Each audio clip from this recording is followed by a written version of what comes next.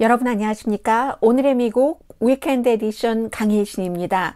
네, 오늘도 여러 가지 뉴스를 전해드려야 되겠습니다만은 제가 오늘 위켄드 에디션의 순서를 대강 맞춰놓고 마지막에 이 방송을 하기 직전에 라디오 방송국에서 한 가지를 들은 게 있는데 그것 때문에 모든 순서가 바뀌었습니다. 당연히 터키와 시리아에서의 지진도 전해드릴 테고, 그리고 내일이 이제 그 슈퍼볼 경기가 있는 때이기 때문에 그와 관련된 굉장한 변화, NFL에서 전에는 정말 인정하지 않았던 그런 일들을 하게 되는 이 사회적인 변화도 좀 전해드리겠고요. 그리고 이제 그 사이에 중국과 미국과의 관계, 또 그 마이크 펜스 전 부통령, 또 뭐가 있을까요?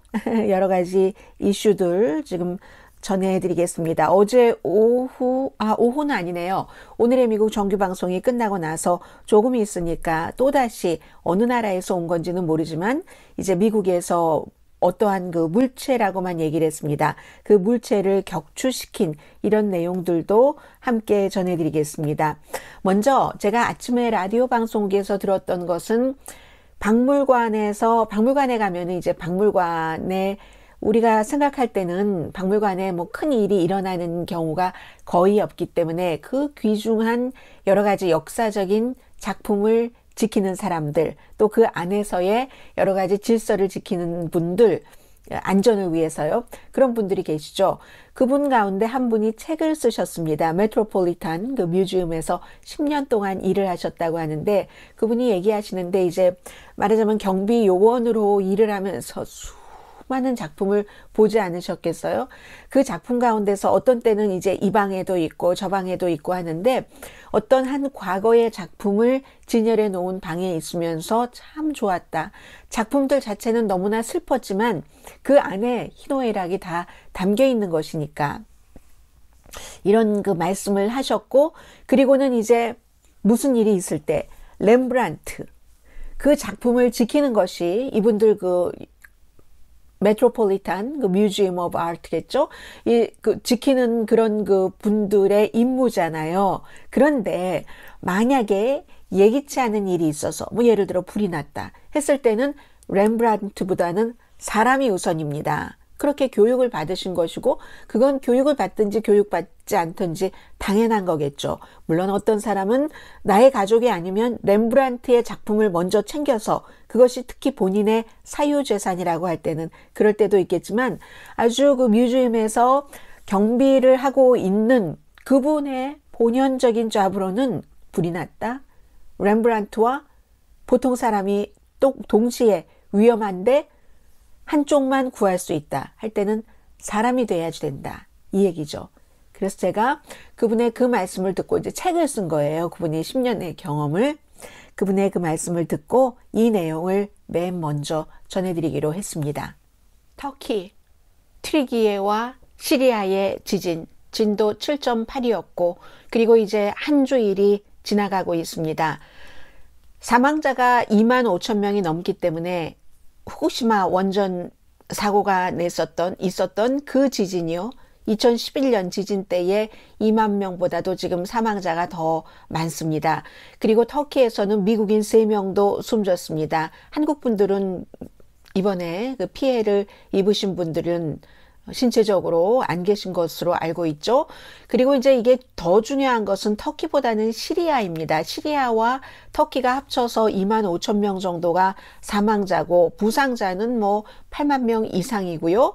그런데 시리아에서 한 몇천 명, 한 5천 명 정도가 조금 안 되는 것으로 사망자가 현재는 파악이 되고 있는데 시리아 반군 지역에서 2,200명 정도, 정부군 지역에서 정부가 컨트롤하는 지역에서 한 뭐 1,500명 정도, 물론 부상자는 양쪽이 뭐 3,000명 이상 된다고 합니다. 그래서 합쳐서 부상자가 8만 명이 터키와 시리아 쪽에서 그렇게 넘는 것인데 이게 이제는 100시간이 넘었잖아요.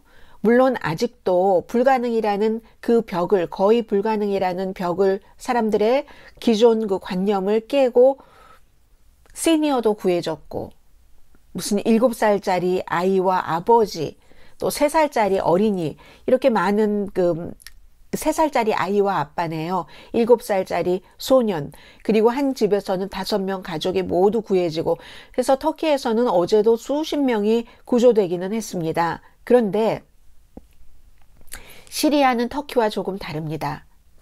터키의 한 70개 국가에서 미국과 한국을 포함해서요, 구조대원을 보냈습니다. 그런데 시리아에는 무슨 유엔이 되었건 어떤 구조대가 되었건 거의 보이지 않습니다. 왜냐하면 시리아 정부가 모든 것을 컨트롤하기를 원하기 때문에 그렇습니다. 그러니까 시리아는 그렇지 않아도 특히 반군지요, 터키와 국경을 접하고 터키로 볼 때는 남쪽, 시리아로 볼 때는 북쪽, 그곳에 살고 계시는 분들은 이번에 이렇게 지진 피해에서 아무것도 하지 못하고 있습니다. 심지어는 터키에서도 지금 정부가 제대로 하고 있지 않다, 사람들이 엄청 비난을 하고, 실제로 그러겠죠. 콘크리트가 다 무너져 버렸으니까, 한 블럭의 아파트먼트가 전부 무너졌으니까. 99년도에 지진을 당하고 나서 여러 가지 룰은 있었지만 그 룰을, 건축법을 지키지 않았다는 것이고, 정부 차원에서도 뭐 선거도 치러야지 되고 여러 가지 그 돈도 필요하고 표도 필요했으니까 그러한 설렁설렁하는 건축, 시공 이런 것들을 눈 감아줘서 이런 일들이 일어났다는 것 아니겠습니까? 그러니까 이제 터키에서도 굉장히 왜 우리 가족이 지금 저 안에 있는데 아무도 오지 않느냐, 갈 수도 없겠죠. 길이 뭐 완전히 막혀 있으니까, 사람과 자동차와 모든 것으로. 그런데 시리아는 거기에 비해서 더 비할 수도 없는 지금 그런 상황인 겁니다. 영하죠? 구조되신 분들도, 그리고 원래 크게 다치지 않으신 분들도 아파트먼트가, 집이 무너졌기 때문에 자동차가 있으면 다행히 자동차 안에서, 아니면 모자라는 그 천막을 어떻게 뭐 배급받아서, 그 안에 냉방장치도 지금 안 돼 있잖아요. 연료도 모자라고, 그리고 전기는 당연히 지진이 났으니까 그곳에 복구됐을 리가 없고 하는, 그렇게 지내고 있는데 영하의 날씨에 먹을 물도 없고 서로 싸우겠죠. 물을 가지려고. 그런데 시리아는 그것보다도 훨씬 더 심각한 겁니다. 그래서 미국이요, 시리아에 대해서 테러 국가로 지정한 지는 아주 오래전이고 지금 여러 가지 경제 제재를 하고 있죠. 미국에서의 그 어떠한 국가에 대한 경제 제재는 정치적인 무기입니다. 미국이 지금 우크라이나를 침공한 러시아에 대해서 하는 것이나, 핵개발 때문에 북한에 대해서 하는 것이냐, 아니면 시리아는 오래전부터, 지금 바사르 알 아사드 현재의 대통령뿐만이 아니라 19대죠.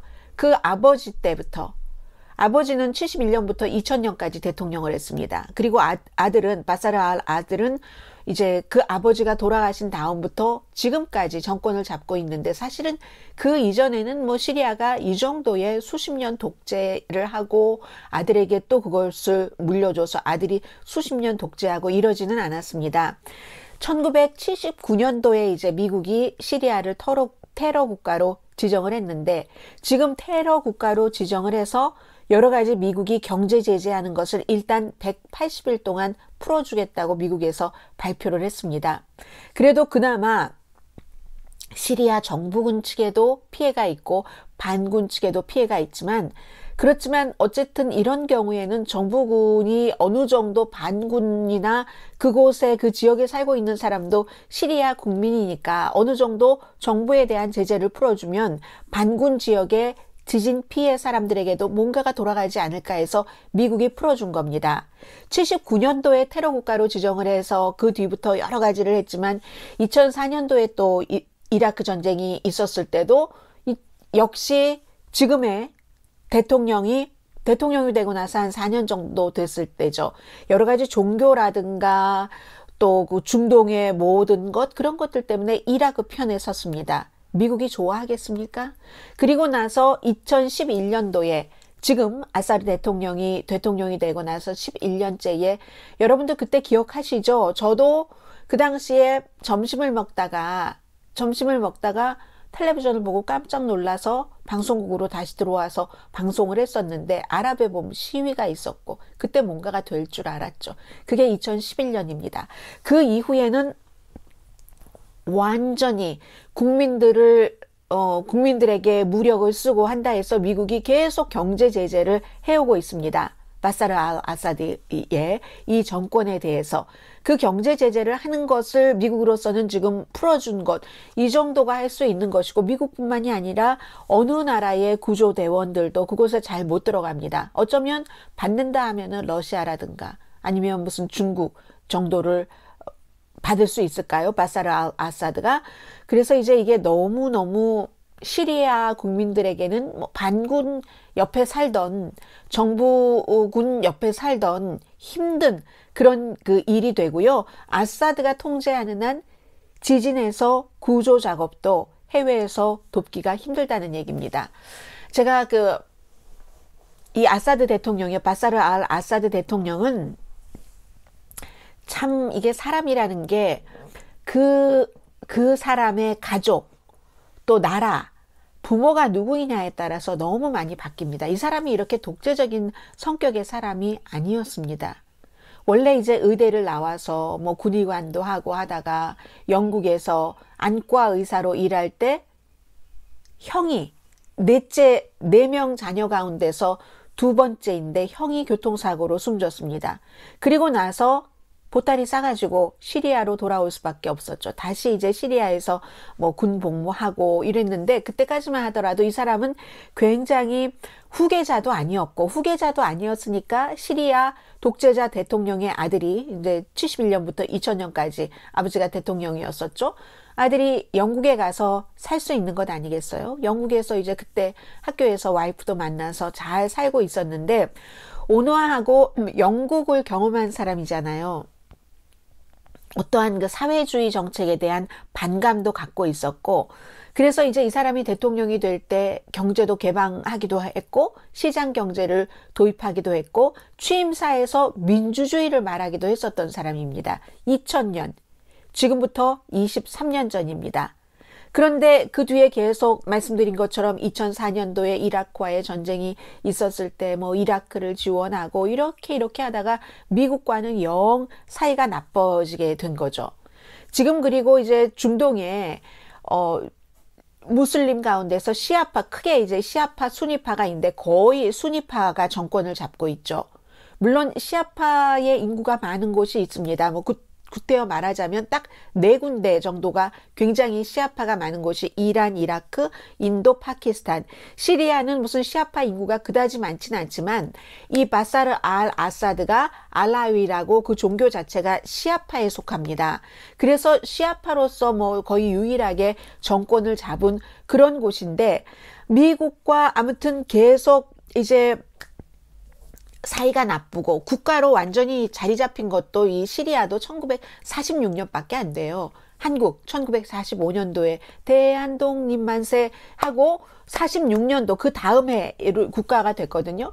그리고 나서 이제 지금 2011년도에 아랍의 봄 시위, 우린 독재는 싫다.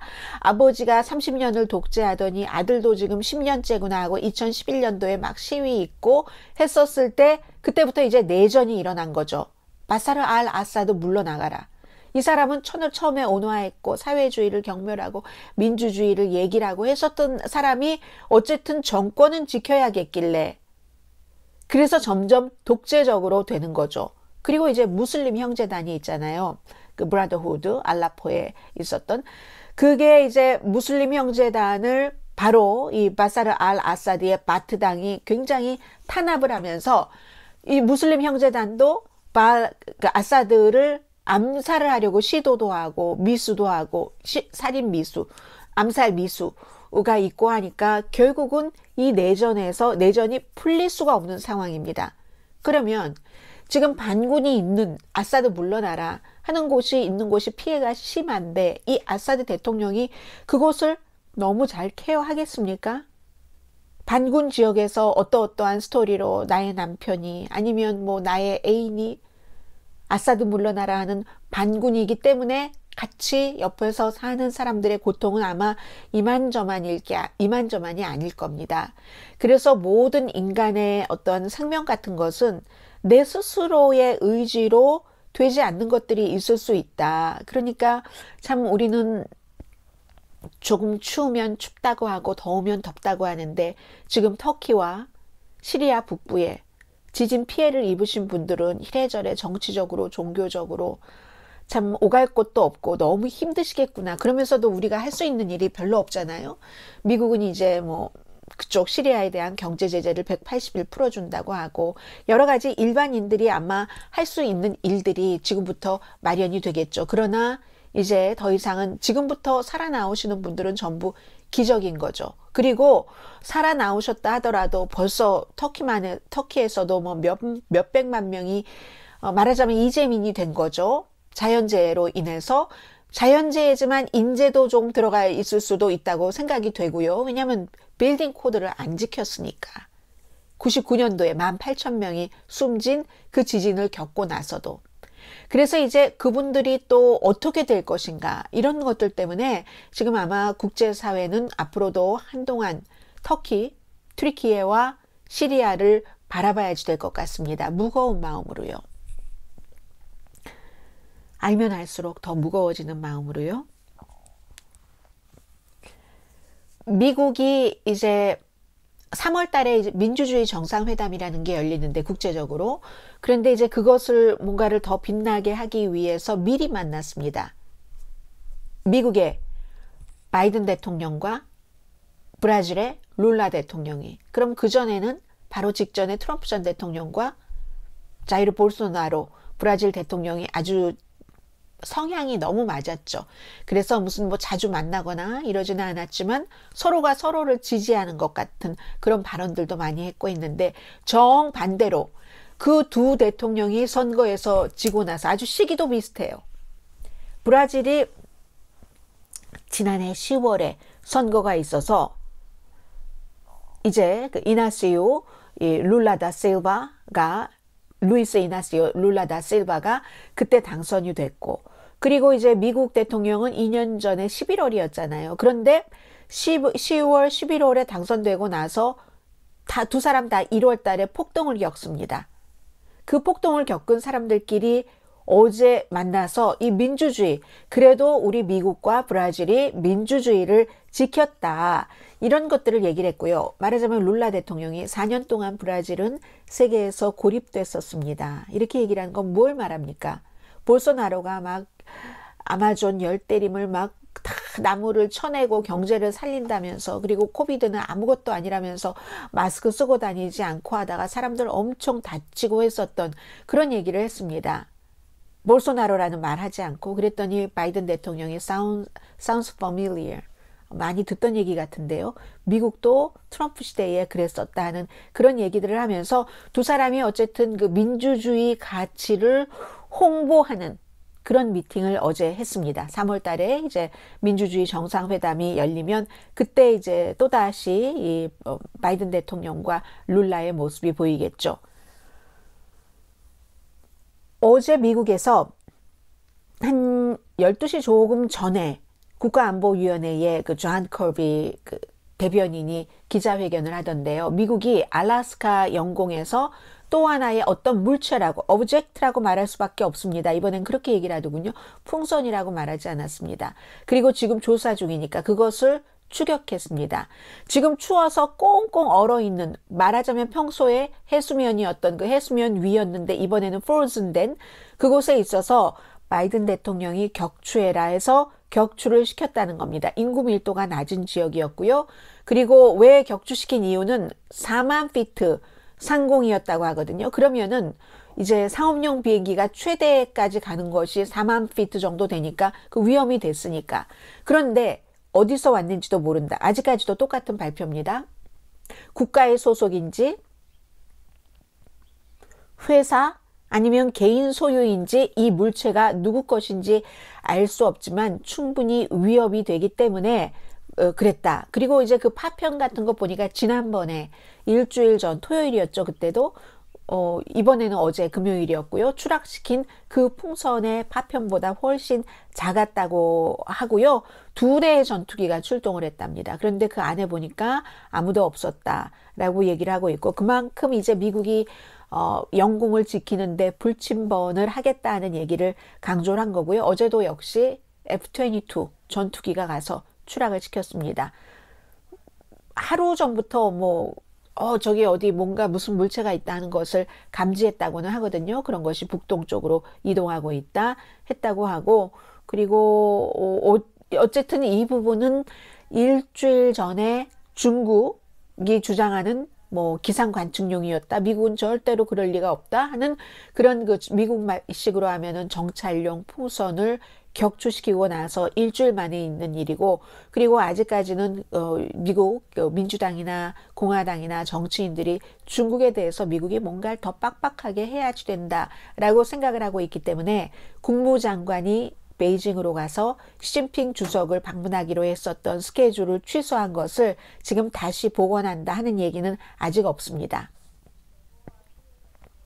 미국에서는 중국 규탄 결의안까지 거의 만장일치로 419대 0으로 연방 하원에서 통과시켰고요. 그리고 이제 중국에 대해서는 중국 무슨 정확하게는 이런 위원회가 마련했는데 이름이 이렇습니다. 중국 선택 전략적 경쟁에 관한 무슨 하원위원회, 그러니까 중국위원회 이렇게 얘기하면 되겠죠. 거기에 이제 한인이 민주당에서는 앤디 김, 뉴저지가 지역구인 연방 하원의원, 공화당에서는 미셸 스틸 의원이 속해 있거든요. 공화당 13명, 민주당 11명입니다. 이 위원회에서도 지금 중국에 대한 적대적인 감정이 미국의 정치인들이 대단하고 바이든 대통령으로서는 이게 좀 불편합니다. 중국을 적도 적이지만 대단한 경쟁자로 놓되 중국과 해야 할 일이 있기 때문에요. 이번 주에 가장 큰 뉴스 가운데 하나는 바이든 대통령의 국정연설이었는데, 저는 바이든 대통령이 이렇게 연설 잘하는 것을 본 적이 없습니다. 앞으로도 보기 힘들 것 같다는 생각이 들고, 심지어는 이상하다. 왜 그날 연설을 들으면서도 굉장히 시간이 길었는데도 전혀 지루하지도 않고 무척 잘했거든요. 왜 그렇게 활기가 있고, 왜 그렇게 정력적이고, 그리고 이제 워낙에 정치적인 경력이 많으니까 노련할 수는 있었겠지만, 그러나 보통 바이든 대통령이 연설할 때 그렇게 능수능란하지 않거든요. 능수능란하고 그랬는데 이게 앞으로 어떤 영향을 미치느냐 하는 겁니다. 지금 이 국정연설은 미국인의 60% 조금 넘게 62% 정도가 지난 2년 동안 바이든 대통령이 별로 성취한 게 없네? 그리고 재선에 나가야지 된다고 생각하는 민주당 유권자들도 37%밖에 안 되고, 재정 상태가 나아졌어요 하는 사람 35%밖에 안 되고 나빠졌습니다. 지난 1년 동안 이렇게 답한 사람이 갤럽의 여론조사 결과 50%일 때 나왔던 겁니다. 지금 2,700만 명 정도가 봤다고 하니까 지난해보다도 적게 봤고요. 적은 숫자입니다. 그러나 이건 실시간으로 본 것이고, 그 뒤에 뉴스가 얼마나 많이 나왔습니까? 저도 바이든 대통령이 국정연설을 하고 나서 날마다 이렇게 뉴스를 하고 있잖아요. 그리고 중간중간 부분적인 클립만을 보는 사람들도 많기 때문에 이번에 저만이 바이든 대통령이 연설을 잘했다고 생각하는 게 아닙니다. 거의 모든 국정연설을 그동안 봐왔던 사람은 다 잘했다고 생각을 하고, 물론 국정연설은 나이 많이 드신 분들이 많이 봅니다. 55세 이상이 시청자의 73%였고 35세 미만은 5%였지만, 그러나 이제 이분들은 소셜미디어, 뉴스 같은 것을 통해서 그 이후에 많은 것을 대했을 텐데, 그런데 이제 CNN의 조사이긴 하지만 연설을 보고 나서 긍정적이다라고 답한 사람이 72%나 됩니다. 다음 주에 96세가 되는 스튜어트 스펜서라는 분이 계십니다. 이분이 누구냐면 로널드 레이건의 캘리포니아주에서 주지사 한 번 하고 두 번 할 때, 그리고 이제 대통령 선거에 나갈 때 전부 이 캠페인 같은 것을 하고, 정치적인 말하자면 정치 전문가, 폴리티컬 그루라고 하잖아요. 그루라고 하는 GURU라고 하는 바로 그런 분입니다. 이분도 물론 미국에는요, 헨리 키신저도 지금 94세인가 그렇잖아요. 비행기 타고 다른 나라 다닙니다. 이렇게 쭉 젊었을 때부터 지금까지 하루도 놓지 않고 뉴스를 보고 정치인들의 행동을 보고 하는 사람들은 딱 보면 압니다. 이분도 그렇게 얘기를 하더군요. 나이와 건강 등 여러 가지 문제가 있는데 너무나 정력적이고 거의 혈기왕성했다. 그 연설. 그렇게 얘기를 하고 있거든요. 그리고 이제 더군다나 공화당을 말하자면 가지고 놀았잖아요. 이 바이든 대통령이 공화당 의원들이 일부가 소셜 세큐리티 그리고 메디케어 뭐 이거 없애려고 한다던가 등등의 얘기를 할 때 라이어 거짓말장이야. 왜냐면 이번에 채무 상한선 올릴 때 그것을 포함시키지 않았기 때문에 그런 거 줄여야 된다는 것을. 그랬더니 라이어 하니까 야 너무 그걸 잘하더군요. 바이든 대통령이. 거봐 이제 합의를 했네 하면서 나중에는 그럼 우리 메디케어 소셜 시큐리티 연금이 다 시니어들이 받는 거잖아요. 그럼 우리가 시니어를 위해서 다 같이 일어납시다 하니까 할 수 없이 일어날 수밖에 없는 거예요. 공화당 의원들도. 시니어들이 가장 열심히 표를 찍는 사람들이잖아요. 해서 그걸 다시 한번 다지기를 하는 겁니다. 물론 나중에 지금도 실제로 공화당에서는 소셜 시큐리티 연금 같은 것도 민영화해야지 된다고 주장하는 사람들도 있습니다. 있고 언제 또 이 문제를 가지고 나올 수도 있지만 당장은 시니어를 위해서 우리 일어납시다 하니까 일어나서 박수 치잖아요. 그러니까 저는 뭐 좀 변화하고 수정되고 하는 것도 좋아합니다. 원래 그랬던 사람들이 있지만 지금으로서는 소셜 세큐리티와 메디케어에 대해서 손대지 않겠다 하는 거잖아요. 굉장히 능수능란했습니다. 그러면 바이든 대통령에게 이게 플러스입니다. 공화당에겐 당연히 마이너스죠. 이 월스트리트저널의 패기 누난이라는 칼럼니스트가 공화당은 바이든이 그렇게 막 공화당을 이상하게 취급하게 하고 미끼를 던졌을 때 그냥 웃고 말았어야지 된다는 거예요. 비웃고. 그런데 마조리 테일러 그린 같은 의원이 그것도 본인은 의미가 있어서 입고 나온 옷이라고 하지만 하얀색에 막 털이 복실복실 달려있는 그런 눈에 확 띄는 옷을 입고 손가락질을 하면서 너 거짓말장이야 막 분노하고 했잖아요. 그랬더니 이 패기 누난이라는 컬럼니스트가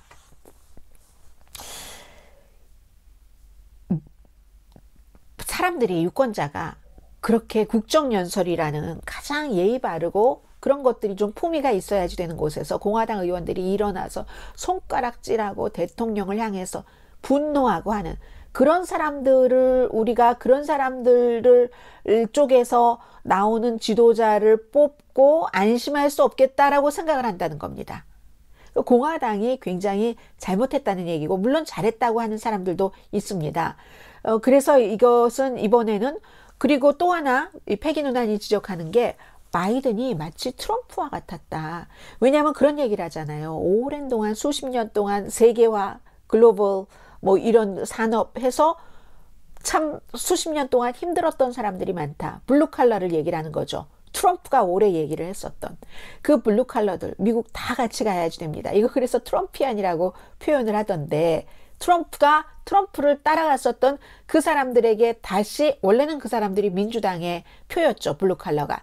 그 사람들에게 다시 호소를 해서 마치 뭐 버니 샌더스와 같기도 하고 트럼피언이었다라고 표현을 합니다. 제조업 얘기를 했잖아요.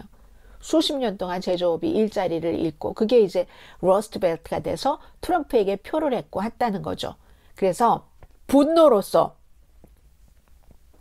트럼프 전 대통령은 선거에서 이기고 자신의 표를 계속 가지고 갔습니다. 그런데 이제 그게 4년, 5년, 6년이 지났고 공화당은 선동가를 해서 사람을 잡긴 쉽죠. 왜냐하면 선동가는 모든 정치에서 방송도 마찬가지예요. 극우이거나 극좌이거나 아니면 언제나 이 당은 옳다. 언제나 이 당은 틀렸다. 한국에서도 언제나 더불어민주당은 다 옳다. 이재명 대표는 다 옳다. 아니면 윤석열 대통령은 언제나 옳다. 국민의힘은 언제나 옳다. 이렇게 방송하는 사람들은요. 그런 사람들은 자기를 위해서 방송하는 경우가 많습니다. 자신들의 팬을 다지기 위해서. 그래야 나의 팬이 나한테 붙어 있으니까. 어떻게 항상 더불어민주당만 잘하고 이재명 대표만 잘합니까? 어떻게 항상 윤석열 대통령이 하는 건 모든 게 다 옳고 국민의힘이 하는 것은 모든 게 다 옳습니까? 아니잖아요. 미국도 마찬가지예요. 사안에 따라 다르고 본인이 속해 있는 인종, 커뮤니티 그리고 본인의 평소에 생각하고 있는 밸류, 가치에 따라서 어떤 때는 어떤 안건은 공화당, 민주당 이게 다 다른 것 아니에요? 그렇기 때문에 선동하고 한쪽을 쫙 모으고 하는 것은 오히려 하기가 쉽다는 거죠. 그래서 공화당은 지금 트럼프의 모방자가 나오는 것을 경계해야 된다. 이미 6년을 겪어봤기 때문에 성공의 열쇠는 분노다, 어둠 해서 트럼프 전 대통령이 중요한 연설이 항상 어두웠었죠. 제가 네 걸 가져가. 제가 범죄자야. 이렇게 하면은 딱 모이기 쉬운데 사람들이 쉽게 엮이잖아요. 그런데 이제 지금은 트럼프 전 대통령의 힘도 그전보다 약해졌고 사람들이 중도 성향의 사람들이 전에는 좀 솔깃하니까 쏠렸다가 이제는 이쪽으로 온다는 겁니다. 그래서 이번에 바이든 그 대통령이 이 연설을 국정연설을 굉장히 잘한 것은 바이든 대통령에게 플러스가 분명히 된다. 그리고 또 하나는 마조리 테일러 그린 같은 이런 연방 하원 의원이 쉽게 사라지지 않죠. 이젠 이선 의원까지 했으니까. 그리고 또 다른 콜로라도의 어떤 의원도 바이든 대통령이 뭐라고 얘기하면 총기 규제하면 또 막 반발하고 하잖아요.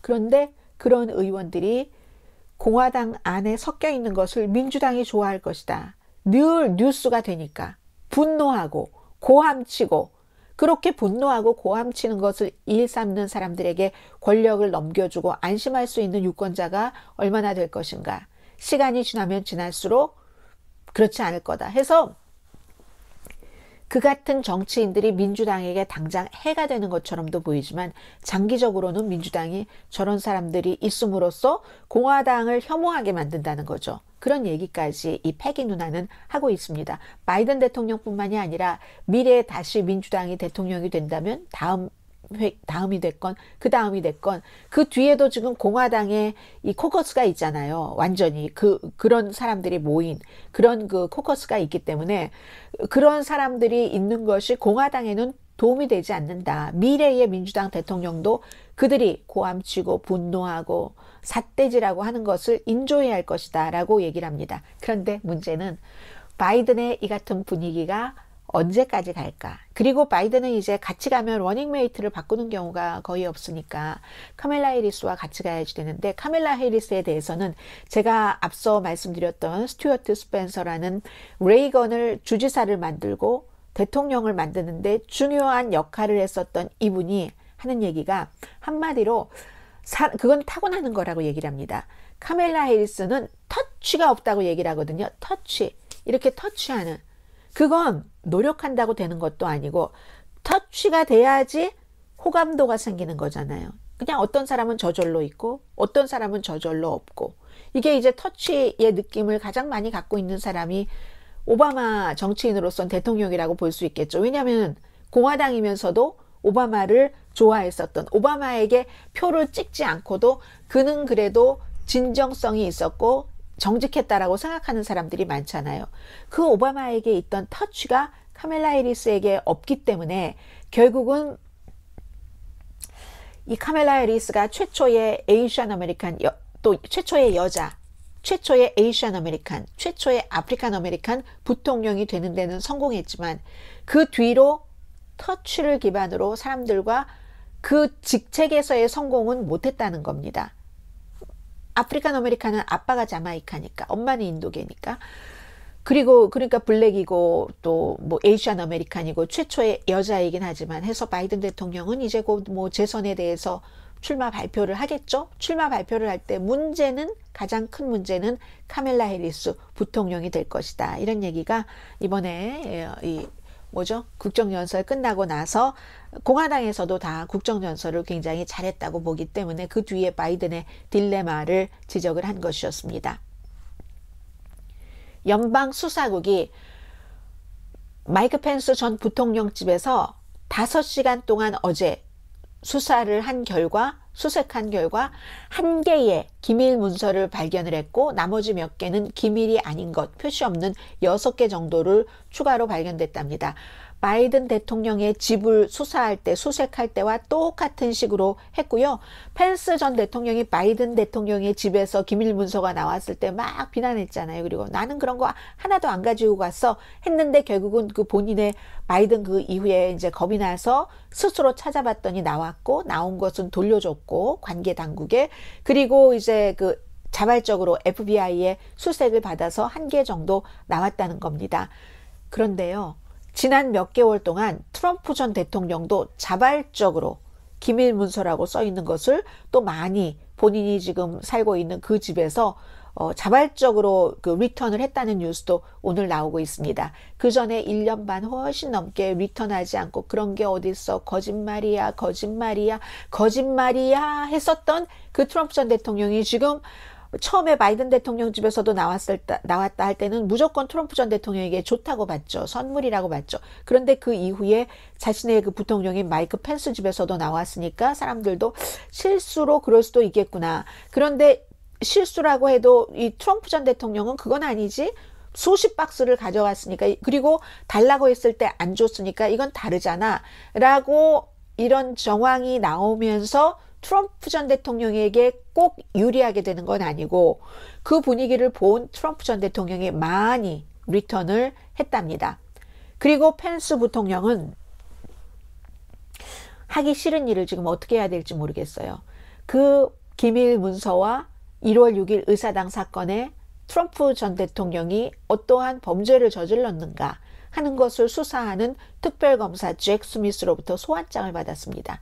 1월 6일 것으로 지금 알려지고 있는데 참 거기에 나가서 트럼프 전 대통령에게 나쁜 증언을 하자니 트럼프의 지지자들 표도 본인이 받아야 되는데 심지어 트럼프가 출마한다고 했는데 거기서 나를 지지하도록 해야지 예비선거에서 내가 트럼프를 이기는데 그 사람들이 싫어하는 일을 해야 되는 거잖아요. 그래서 지금 마이크 펜스 부통령에게는 굉장한 딜레마가 있고요. 지금 마이크 펜스가 아이오와라든가 뉴햄프셔라든가 아니면 뭐 사우스캐롤라이나 이런 데 지금 완전한 그 표를 받아야지 되는 그런 곳을 정규적으로 방문을 하면서 책도 냈고 뭐 Help Me가 타는 대통령 후보로 나가려는 그 출마를 지금 검토를 하고 있습니다. 지금으로선 사람들 나갈 것으로 보고 있고요.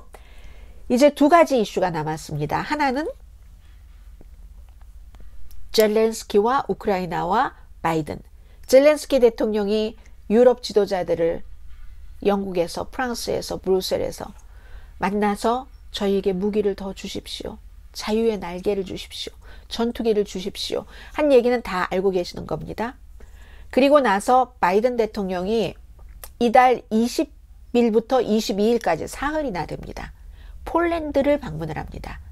폴란드를 만나서 당연히 뭐 안제이 두다 폴란드 대통령을 만나고요.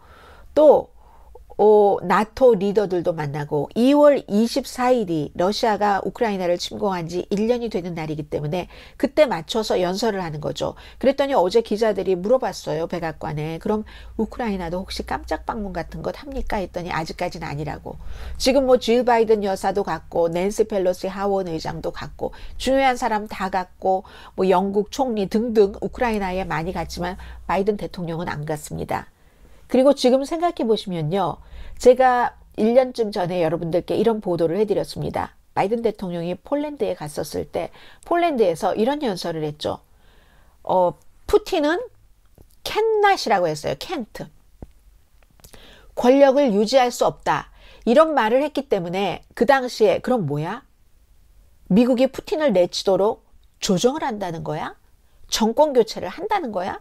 이 푸틴 하면 너무 멀지만 아니 미국이 북한의 최고 지도자 김정은이 됐건 김정일이 됐건 그 전에 정권 교체를 어떤 식으로 CIA가 조작을 해서 한다는 얘기야. 이런 얘기 많이 하잖아요.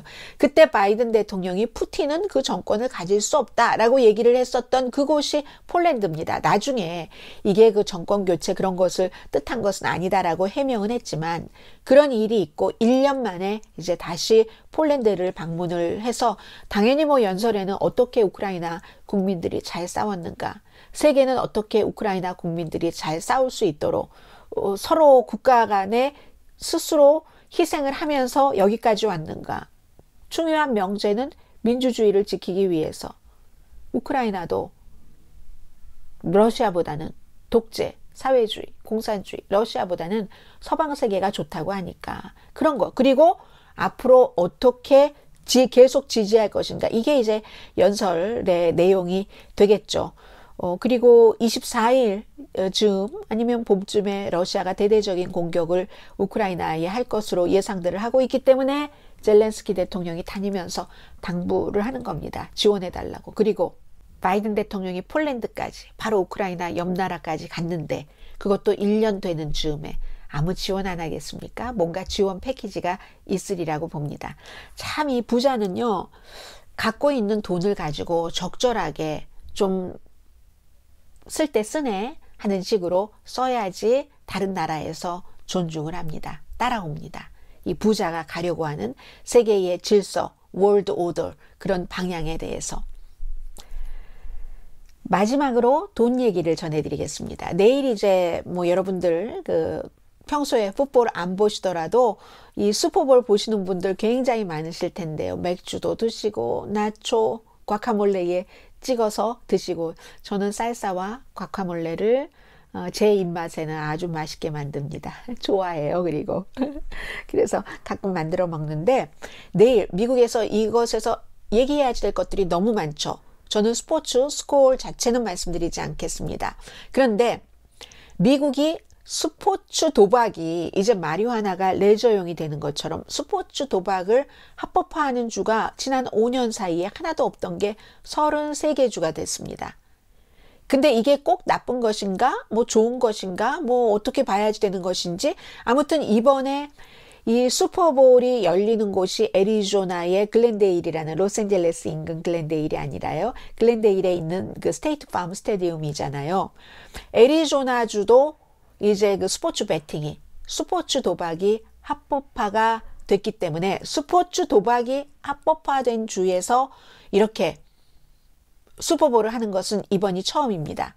캔사스 시티 칩스, 뭐 지난 4년 가운데 3년 연속 나왔으니까 굉장히 잘한 거죠. 그리고 뉴 잉글랜드 페이트리츠가 5년 동안 4번 나온 적이 있었죠. 그 다음에는 이제 지금 캔사스 시티 칩스가 잘하는 건데, 필라델피아 이글스는 뭐 뉴 팀이니까 어느 팀을 응원을 할까요? 전 좀 약한 팀을 응원해 볼까요? 아무튼 그래서, 그리고 뭐 해프타임 쇼가 있으니까 유명하고 광고가 있으니까 유명한데, 5년 전까지는 미국에서 라스베가스를 빼고는 미 전역에서 스포츠 베팅, 스포츠 도박이 불법이었습니다. 일부 주에서는 무슨 팔레이 베팅이라고 하던데요. 그것까지 다 설명드릴 필요는 없을 것 같죠? 그런 것은 예외였지만, 원래는 이런저런 방식으로서의 스포츠 도박은 1919년, 아이고 1929 하면 우리한테 아주 익숙한 그 해부터 시작은 됐답니다. 시카고 화이트삭스 등등해서 70년 뒤에 이제 피트 로스, 정말 대단한 야구 역사상 최고의 히터라고 할 수 있는데, 이 사람이 그 스포츠 베팅을 했다는 것 때문에 게임에서 영원히 금지됐고, 그 홀 오브 페임도 못 들어갔잖아요. 그랬었고, 이 NFL도요, 라스베가스에서 스포츠 도박이 막 붐일 때도 라스베가스의 NFL 팀 두는 거 거부했습니다. 지금은 있잖아요. 그렇게 해서 또 20년 전까지는 텔레비전 네트워크가 텔레비전에서 광고를 해서 사람들이 무슨 라스베가스에 가서 스포츠 베팅을 할 수 있도록 하는 것, 이런 것도 금지했습니다. 그런데 지금은 어때요? 사람들이 지금 휴대폰 가지고 하잖아요. 라스베가스 안 가도 되잖아요. 신문은 은근히 그 뒤에도 그런 것들을 했지만 광고 받으니까 그게 수익이니까. 그래서 풋볼도 사실은 그 라스베가스를 중심으로 해서 도박과 연관이 됐던 것은 사실인데, 지금 이코노미스트는 이렇게 표현하네요. NFL이 그토록 그 스포츠 베팅을 거부하다가 이제는 33개 주에서 합법화되도록 이렇게 된 것은 해밍웨이의 The Sun Also Rises. 이 짧은 작품이니까 여러분들 읽어보셔도 돼요. 주말에. 해밍웨이의 The Sun Also Rises. 이 주인공처럼 서서히 아니면은 서서히 하다가 갑자기 딱 파산하는 이런 것처럼 NFL도 스포츠 베팅을 받아들이게 됐다는 겁니다. 인터넷, 스마트폰, 라스베가스 안 가도 되고, 스포츠바에 안 가도 되고, 매년 수많은 돈이 풋볼 베팅에 들어갑니다. 그리고 또 2018년도에 연방대법원이 어떻게 판결을 했냐면요, 이 스포츠 도박을 금지하는 법이 있었습니다. 1992년도에 연방법, 클린턴 때죠, 만들었는데, 이게 사무엘 얼리토라는 보수 대법관이 당시에 판결문을 썼는데 뭐라고 했냐면, 주의 권한에 속한다. 지금 낙태를 그렇게 해서 불법화하는 주가 많은 것처럼 그렇게 판결을 내린 겁니다. 주의 권한에 속하고 그러면 이것을 연방법 자체가 위헌이다라고 판결을 했어요. 그리고 나니까 주가 이렇게 많이 늘어나게 되는 겁니다. 지난 5년 사이에 33개 주에서 도박을 하게 되는 겁니다. 직접 하던 인터넷이던 NFL이요. 도박 회사와 손을 잡고 있어요. 완전히. 그리고 시저스. 우리 라스베가스에 가면 있는 16개 주의 카지노가 있잖아요. 아무튼 경기 보면서 휴대폰으로 이 베팅하는 거 이거 대단하게 나쁜 도박이라고 생각하지 않는 사람들이 많습니다. 미국에서는 젊은이들이 이게 또 하나의 돈을 버는 방법이야 라고 생각하기도 하죠. 영국의 이코노미스트이기 때문에 프리미어 리그 그 선수들이 그 저지에 딱 그 무슨 그 도박 회사 광고 하는 거 있잖아요. 그거 보는 게 익숙한 영국 사람들에게는 아무렇지 않을지 모르지만 미국에서는 이게 5년 사이에 있었던 일이고 그런데 영국이나 미국이나 선수나 아니면 NFL 스태프들은 이 도박 배팅 하지 못합니다. 선수가 하고 나면은 출전 그 정지, 출장 그 정지 명령 받습니다. 그런데 이걸 무조건 100% 나쁘게만 볼 것인가? 모든 것은 인간의 선택에 달려 있는 건데 팬이 있잖아요. NFL 팬덤을 만드는 데는 팬이 있고 팬이 있어야 더 열정적으로 되잖아요. 여러분들께서 오늘의 미국을 들어주시고 제가 이참에 말씀을 드립니다만 늘 댓글 달아주시고 뭐 좋아요도 눌러주시고 서로 인사도 하시고 하시는 많은 분들께 얼마나 감사드리고 있는지 모릅니다. 그런데 그것처럼 풋볼도 팬덤이 형성돼야지 되는데 그 팬들이 아예 어디가 이길 거야 하고 배팅하는 거 있잖아요. 그게 굉장히 이 NFL에 활력을 준다는 거죠. 말하자면 지지자들이 막 맥주 마시고 기름진 거 먹고 칩 먹고 하면서 경기 보는 거나 약간의 돈을 베팅해서 재미로 활기를 넣는 것이나 뭐 그렇게 뭐 나쁠까? 물론 극단적인 건 나쁜 거죠. 엄청난 돈을 한다던가 그런 것은요 나쁘니까. 그런데 이제 내가 좋아하는 팀에 조금씩 하고 지나치지 않으면 괜찮다 뭐 이런 얘기는 아무튼 하고 있어요. 그럼 6개 주고 많이 완전히 금지하고 있는데 캘리포니아, 아이다호, 유타, 미네소타, 엘라바마 그리고 알라스카 많이 완전히 금지하고 33개 주에 나머지는 뭐 부분적으로 뭐 온라인만 허용하지 않는다던가 뭐 이런 식으로 좀 하고 있습니다. 아무튼 5,040만 명이 배팅을 한답니다. 슈퍼볼 보면서. 그럼 미국 성인의 5,040만 명이 성인이어야지 되잖아요. 전체 인구가 3억 몇천만 명 가운데서 성인의 경우 5,040만 명이 160억 달러를 배팅한답니다. 올해. 지난해 그것보다 더 될 수도 있죠. 지난해의 2배라고 하거든요. 이러한 것들이 게임을 더욱 흥미롭게 만든다. 저는 잘 모르겠습니다. 네. 마리화나를 이렇게 그 레크리에이션용으로 해주는 것이 뭐 긍정적인 면도 있을 테고 부정적인 면도 있을 테고 이 스포츠 배팅도 마찬가지고 내일 이 슈퍼볼 즐기실 분들은요 아주 환하게 즐기시고 저는 몇 시간 뒤에 다시 한국 밖에서 본 한국 시간에 뵙겠습니다. 강혜신이었습니다.